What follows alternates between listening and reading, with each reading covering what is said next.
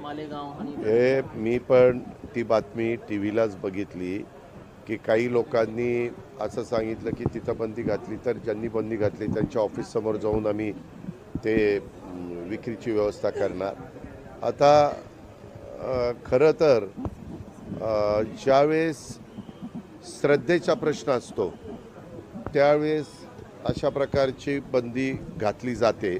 उदाहरणार्थ आषाढी एकादशी असेल, महाशिवरात्र असेल, महावीर जयंती असेल, अशा काही महत्त्वाच्या दिवस असतात त्यावेळेस.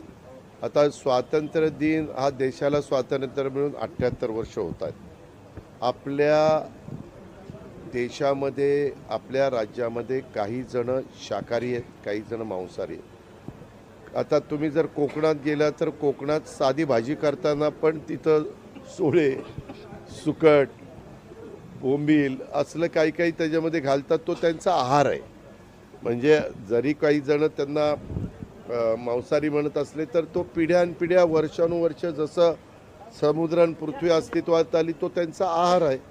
आणि त्याच्यामुळं त्यांचा आहार त्यांना घ्यायला अशी बंदी घालणं बरोबर नाही, उचित नाही. आणि महत्त्वाच्या शहरांच्यामध्ये तर अनेक जाती धर्माची लोकं राहत असतात. आणि ही लोकं राहत असताना मी मगाशी जसं सांगितलं, भावनिक मुद्दा असेल तर एक वेळ त्या दिवसापुरती बंदी किंवा आणखीन काही काळापुरती बंदी घातली तर लोक एक्सेप्ट करतात. परंतु तुम्ही आता महाराष्ट्र दिनाला, 26 जानेवारीला किंवा 15 ऑगस्टला अशी जर बंदी घालायला लागला तर उलट अवघडच आहे. म्हणजे ग्रामीण भागामध्ये तर ज्यावेळेस एखादा कार्यक्रम असतो त्यावेळेस बकरं कापतात आणि तो कार्यक्रम साजरा करतात किंवा जेवण घालतात.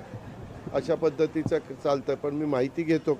पण माझं स्वतःचं मत असं आहे की लोकांच्या भावना देखील महत्त्वाच्या आहेत. परंतु भावनेचा आणि श्रद्धेचा विषय ज्यावेळेस येईल त्यावेळेस त्या विषयाकडं त्या अँगलने बघावं.